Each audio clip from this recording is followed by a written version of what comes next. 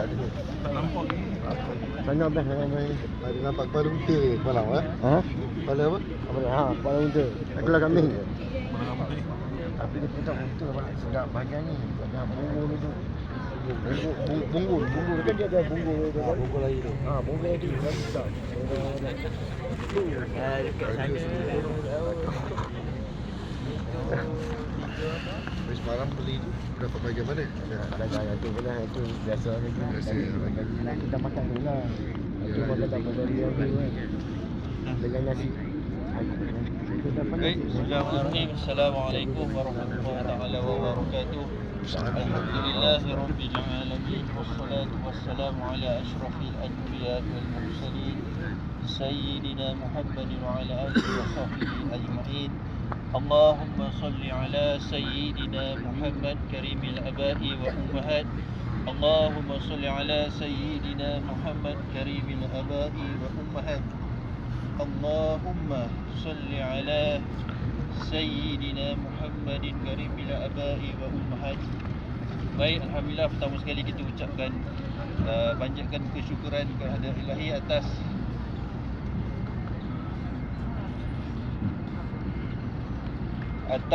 limpah dah rahmat dan kurnianya. Hari ini, pagi ini kita masih dapat berkumpul pada satu sesi taklimat perjalanan umrah yang mana kita insya-Allah kita akan berangkat esok hari, dan juga berkenaan dengan pulang kaji manasik umrah itu sendiri. Mungkin ada yang terlupa, dah pernah pergi kursus umrah, dah lama dah tinggal, mungkin 2 bulan lepas, mungkin 3 bulan lepas, ataupun mungkin yang baru pernah menghadiri kursus umrah sekali sahaja. Jadi hari ini segala persoalan berkenaan dengan ibadah umrah dan juga permasalahan wanita kita boleh terus tanya dan jelaskan hari ini. Dan paling penting sekali adalah pergerakan kita esok. Sebab kita ramai, kalau satu bas mungkin senang sikit nak handle, tapi kita 3 bas. Dan minta tolong dengar baik-baik taklimat. Walaupun sekejap lagi panas, sekejap lagi sampai lah tu matahari tu, tolong fokus. Kalau tak tahu, tanya terus. Kalau tak clear, angkat tangan, tanya terus soalan. Boleh lah? Boleh, insya-Allah. Jadi kita nak start terus ke nak ada tausiah sikit? Start terus. Ya? Pulang kaji umrah.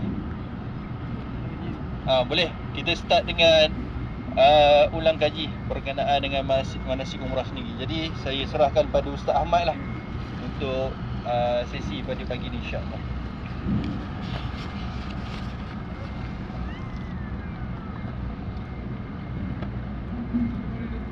Assalamualaikum warahmatullahi wabarakatuh. Alhamdulillahilladzi hadana bil Qur'an wa arsala ilaina rasul mustafa min 'adnan. La ilaha illallah wa asyhadu anna Muhammadan 'abduhu wa rasuluh al-mursal ila al-ins wal jan. Subhanaka la 'ilma lana illa ma 'allamtana innaka antal 'alimul hakim. Shrah li sadri wa yassir li amri wa hlul 'uqdatan min lisani yafqahu qawli. Hadir di sini sahabat saya Ustaz Farhan, Ustaz Khairi dan juga Ustazah, seterusnya jemaah-jemaah yang dirahmati oleh kasih. Alhamdulillah, syukur pada Allah SWT. Hari ini adalah hari yang kedua sebelum kita bergerak ke Madinah, ke Mekah. Besok adalah hari perjalanan kita seperti mana yang kita telah maklum. Sekejap lagi kita adakan taklimat perjalanan. Jadi taklimat ini perlu diteliti dan difokus. Mudah-mudahan perjalanan kita berjalan dengan lancar. Saya akan menyebut beberapa perkara mengenai dengan manasik umrah ataupun kita ulang kaji. Saya difahamkan tuan-tuan telah berkursus di Malaysia sana, sama ada secara kumpulan ataupun secara kuliah ataupun secara online. Mudah-mudahanlah apa yang saya akan sebut pada pagi ini secara ringkas untuk membantu kita untuk melaksanakan ibadah umrah pada malam besok. Malam besok. Baik, tuan-tuan dan puan-puan, Yufur Rahman yang dirahmati sekalian, besok apa yang akan berlaku, kita akan bergerak daripada Madinah ini waktu petang. Saya difahamkan kita akan bergerak nanti, taklimat akan dibuat Kita akan bergerak selepas zuhur dengan menaiki bas dan tram. Jadi insya-Allah kita akan siap-siap pakai ihram. Pakai ihram. Ihram bagi lelaki-lelaki sedia maklum 2 kain tuala saja, atas dan bawah. Spiderman tak ada dah. Dua Spiderman kan tak ada. Baju pagoda tak ada. Hanya 2 kain ini sahaja yang ada pada tubuh kita. Boleh juga kita pakai tali pinggang. Itu saja bagi lelaki-lelaki. Tekan ha? Boleh? Boleh? Boleh lah. Naik kalah boleh. Dia tak boleh guna ni sebenarnya. Tak pasal pakai suara. Baik.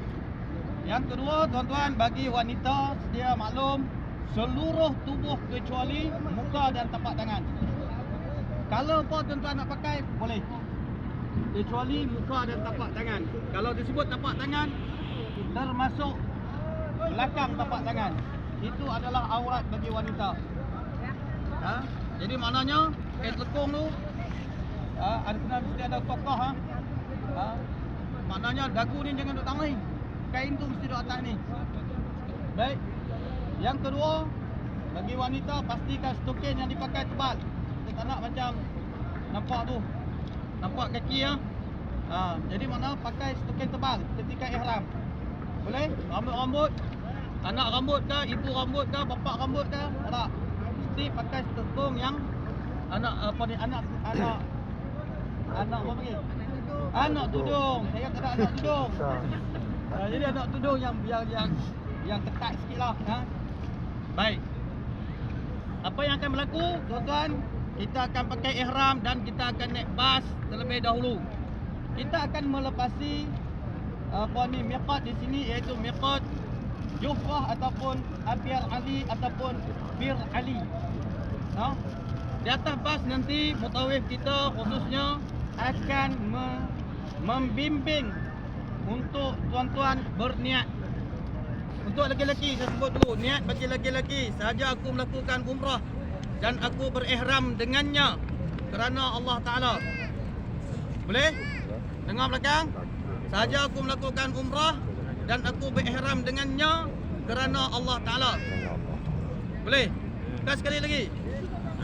Sekali lagi. Sahaja aku melakukan umrah dan aku berihram dengannya kerana Allah Ta'ala. Apabila niat begitu di Abyar Ali, maka tertanggunglah kita dengan 13 larangan umrah sebagaimana yang ada di belakang ni. Ada buku panduan kan? Baik. Bagi perempuan, sama ada dalam keadaan haid, sama ada dalam keadaan suci, kita nak pergi ni, nak pergi buat apa? Nak buat umrah wajib berniat. Jangan tidak berniat. Yang haid, dia kata dia nak niat kat sana, nanti kering. No. Kalau tuan-tuan tak berniat, boleh. Tapi kena dam. Dam seekor kambing. Dam satu, dosa satu. Kerana kita nak masuk ke tanah haram nanti, di Mekah nanti, dengan tujuan kita datang adalah nak buat umrah. Bagi wanita, bagi yang sedang haid, maka dia wajib juga berniat. Baik, apabila di atas bas nanti, sama ada kita turun ataupun tidak di Bir Ali. Bir Ali ni ramai lah, macam mana kita pergi di Kubak macam tu lah. Jadi kalau kita nak niat di atas bas pun tak ada masalah. Niat dia bagi wanita, saja aku melakukan umrah dan aku berihram dengannya kerana Allah Ta'ala. Okey. Sekiranya aku kedatangan haid, maka jadi halal lah aku. Ini niat bersyarat. Kerana ketika itu dia suci dan dikhawatiri apabila sampai di Mekah takut-takut kedatangan haid, maka kena buat payung dulu.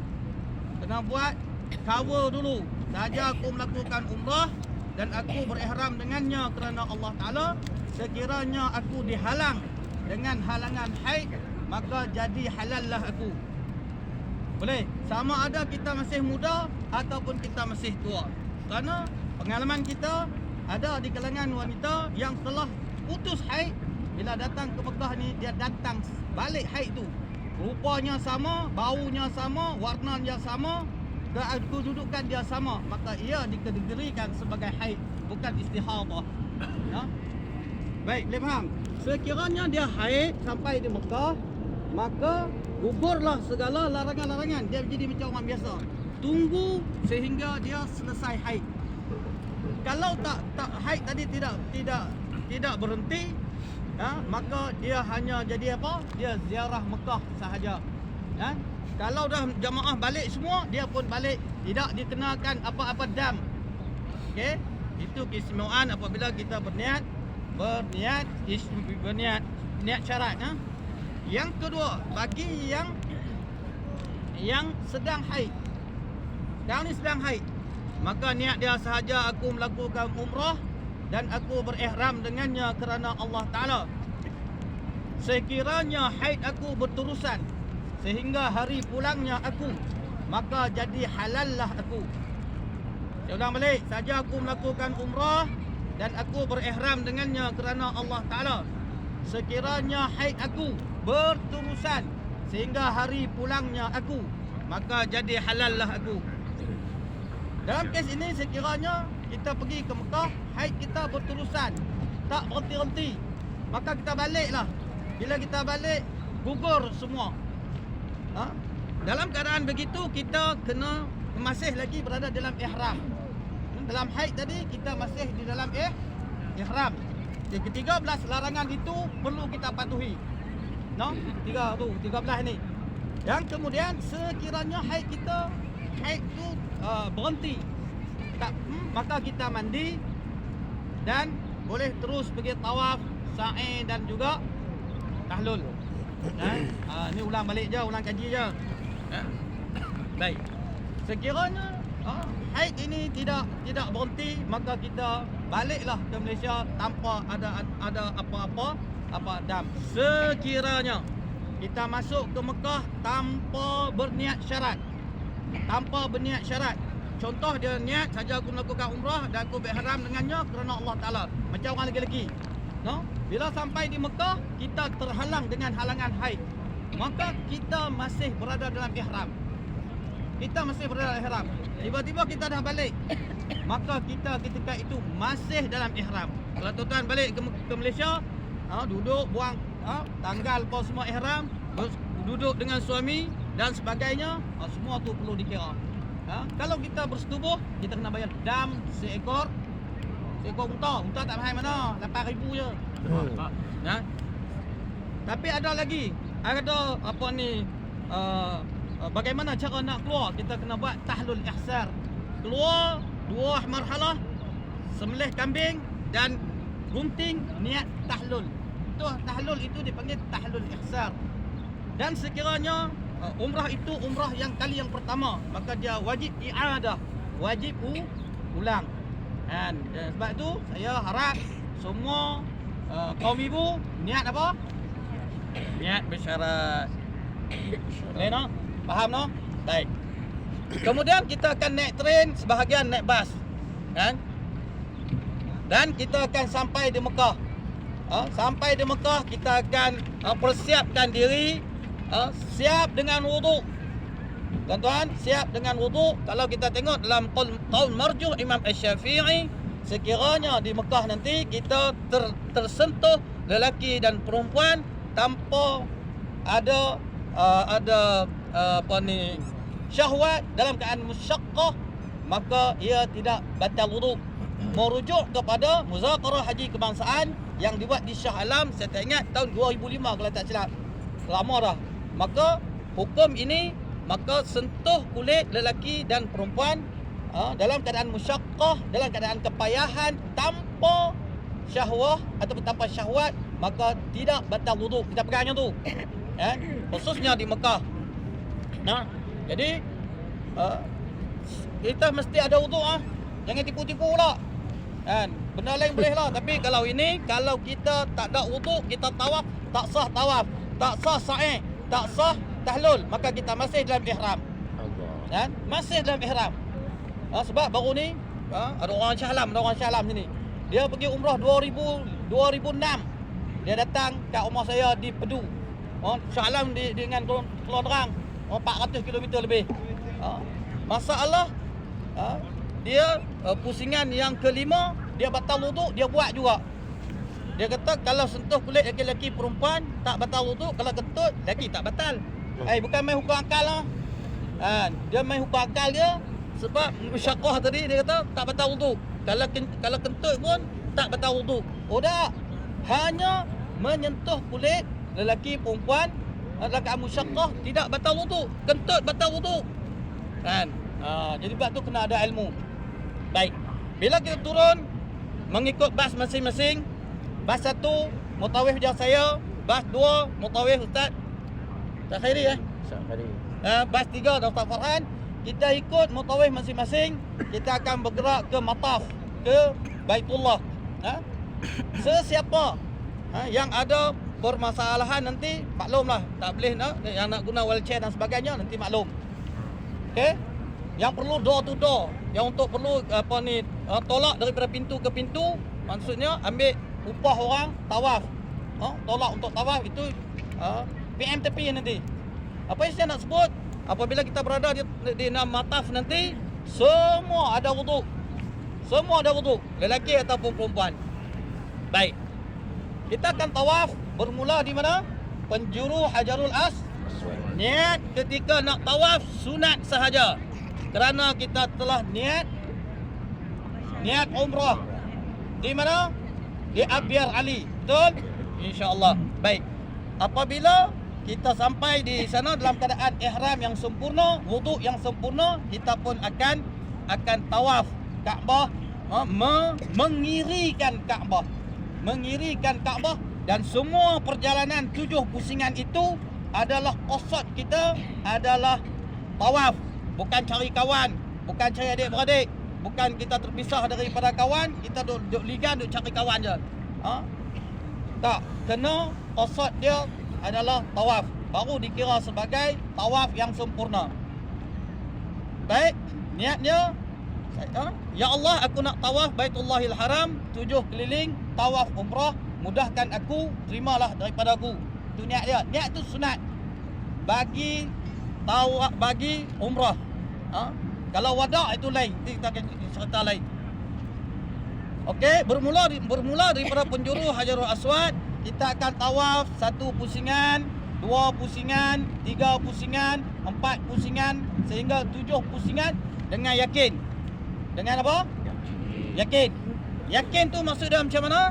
Sekiranya kita dengan kawan kita atau sekiranya kita dengan suami kita, kita duk bilang, suami kata cukup dah yang isteri kata tak cukup, ya bang, 1 lagi.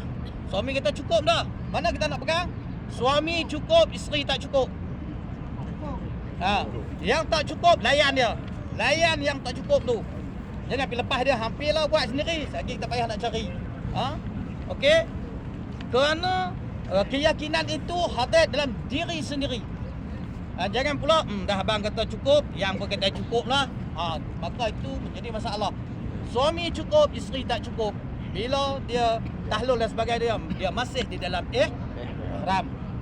Bilanglah, pakai tasbih boleh, pakai digital boleh. Saya pernah pakai digital, pergi 4 pusingan jadi 40 pusingan. Banyak pahala tu. Jadi pandai-pandailah. Okey. Secara yakin. Kemudian sekiranya kita ada permasalahan sedikit tolak menolak muaku, kita bahu kita ataupun kita terpaling daripada Kaabah, kalau kita boleh kembali pada asal, tak ada masalah. Tapi kalau kita tak boleh kembali pada asal, kita tambah lagi 1 pusingan. Baik. Setelah selesai kita tawaf tadi, setiap pusingan ini ada doa-doa dia. Semua doa-doa itu adalah sunat. Saya pun tak hafal tuan-tuan, datang banyak kali lah. Saya datang 2008 sampai lah, tapi tak pernah hafal pun. Buka buku baca.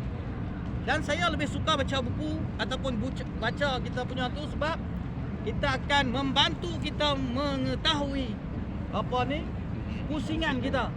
Pusingan pertama kita baca, maknanya habis 1 pusingan. Pusingan yang kedua, kita dah dapat 2 pusingan. Jadi kalau 7 pusingan, buka-buka habis dah. 7 pusingan lah. Kan? Jadi sebab tu saya baca. Saya buka, saya baca. Jadi mutawif kebanyakan bacalah no. Baik. Jadi sunat saja membaca. Kemudian melambai. Ini saya nak sebut tentang melambai di penjuru Hajarul Aswad dan juga melambai di penjuru Yamani. Penjuru Yamani kita tak payah berhenti. Hajarul Aswad pun tak payah berhenti. Cuma pusingkan kepala, angkat tangan, bismillah, Allahu Akbar, walillahil hamd. Dan di penjuru Hajarul Aswad sama juga sambil berjalan, bismillah, Allahu Akbar, walillahil hamd. Letak tangan di mulut, tanda pucuk. Jangan dah hembus pula. Hembus pula. Kan? Jangan ikut orang. Kalau jemaah-jemaah lain dia menghadap ke kiblat, dia bismillah Allahu Akbar, bismillah Allahu Akbar, bismillah Allahu Akbar. Tak kira mana penjuru. Orang kita pula tak boleh dengar bismillah Allahu Akbar, dia pun pusing. Mana nak buat ni? Mana nak buat? Jangan ikut orang. Ikut apa yang kita pelajar. Faham tak faham ni? Faham. Kalau saya nampak beg kuning tu angkat dia tu, saya balon lah. Dia banyak. Sunat saja. Jaga bau. Sebab tu Ustaz kata tadi, jangan kita pusingkan dada. Kalau tu tuan-tuan pusingkan dada boleh. Tapi kena di tempat tu juga kita pusing. Mana mungkin kita boleh pusing di tempat tu, kerana jamaah akan menolak kita. Apabila jemaah menolak kita, kita bermula di sana, maka pusingan itu terbatal. Nah, lepas tu pusing saja, bismillah, Allahu Akbar, walillahil hamd. Sambil berjalan. Kalau tak lambai tak apa kan Ustaz? Tak lambai tak apa, sunat. Baik. Apabila selesai 7 pusingan ini, kita pun keluarlah ke tepi, pergi di belakang maqam Ibrahim untuk kita solat sunat tawaf. Di situ kita akan kumpul saudara-saudara kita, kawan-kawan kita, grup-grup kita untuk kita cari bagi jumpa sebelum kita pergi ke tempat sa'i. Jadi di situ kita akan solat dan kita akan berdoa di sebelah di belakang maqam Ibrahim.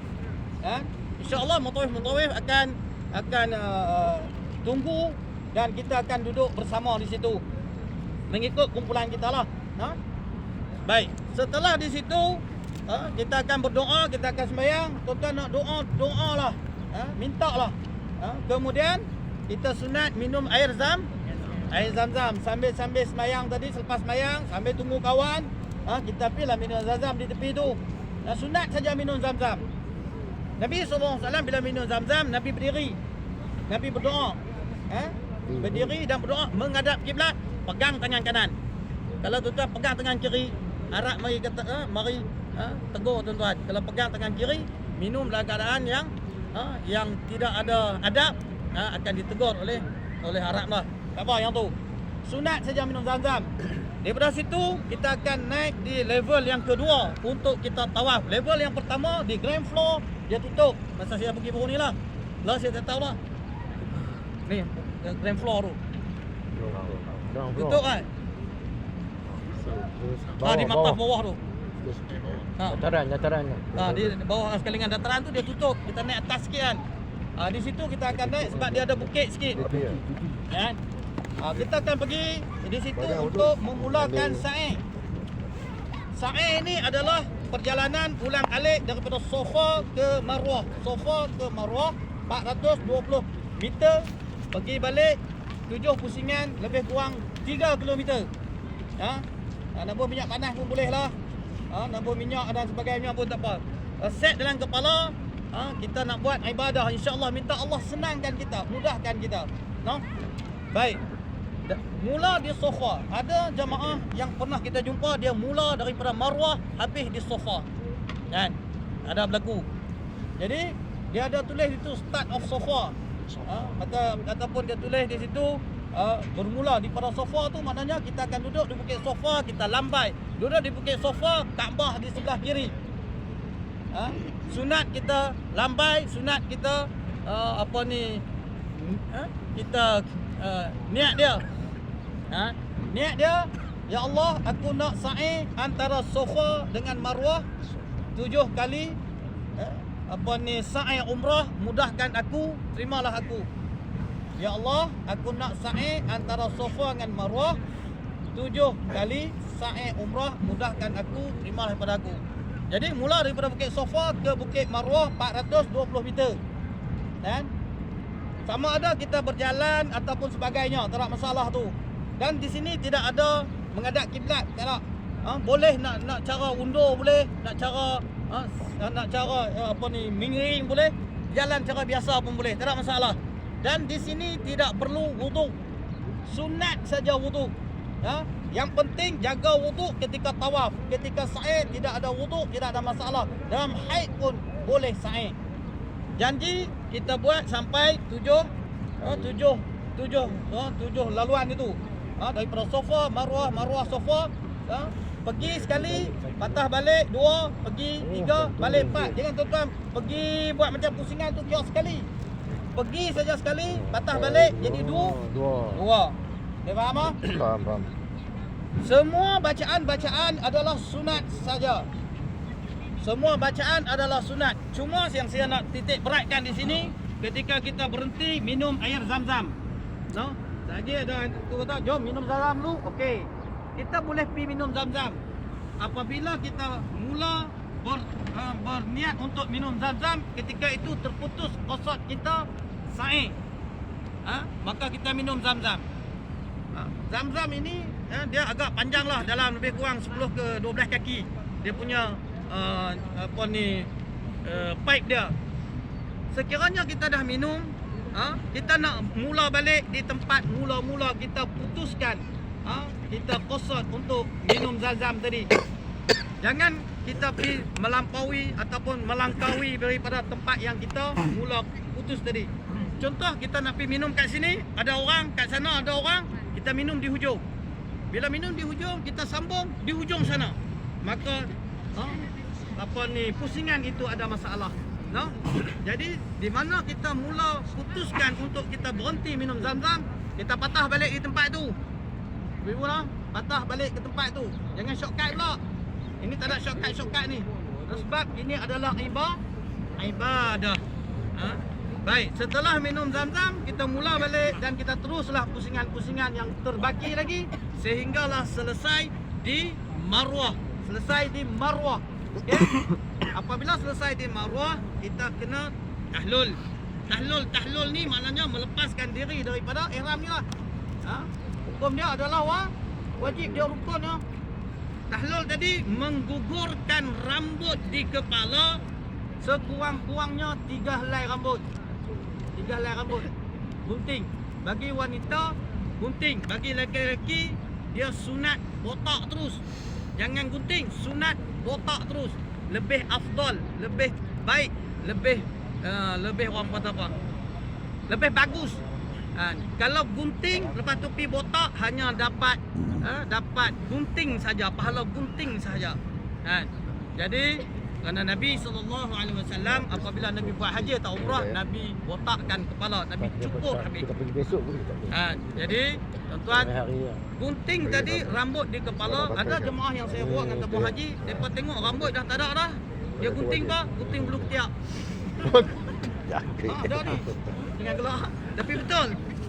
Ada permasalahan tu balik sampai ke Malaysia. Sebab tu bila kita rujuk dengan mufti, dia tanya kepada pakar rujuk, masa dia gunting bulu ketiak tu, rambut ni boleh cubit tak? Boleh putih tak? Boleh orang kata apa? Ketip tak? Kalau boleh, dia wajib putih. Kalau lincin terus, sunat saja melalukan di atas pisau di atas kepala. Jadi mengguntingkan rambut di kepala, kurang-kurangnya Imam Syafi'i kata 3 helai rambut. Bagi wanita, pastikan rambut tu janganlah kita selak nampak batang tengkuk sebab aurat tu. Orang lelaki sama ada kita gunting kita dulu ataupun kita gunting, yang afdalnya gunting kita dulu baru gunting orang lain. Kalau kita bagi anak-anak Arab tu gunting, insya-Allah dia minta 50 rial. Jangan bagi budak-budak tu gunting. Kalau kita gunting, kita tak boleh nak bantulah sebab kita ambil khidmatan dia. Kadang-kadang minta 100 rial, kita buka duit, dia rampas duit kita. Itu cara depa, cara depa berniaga. Macam Ramli katalah, ni geng ni berniaga ni, bukan perompak. Okey, apabila selesai kita gunting, maka gugurlah ataupun terlaksanalah umrah tersebut. Boleh faham dekat tu? Boleh. Wallahu a'lam. Kalau boleh faham, saya serah baliklah. Ustaz. Boleh tanya?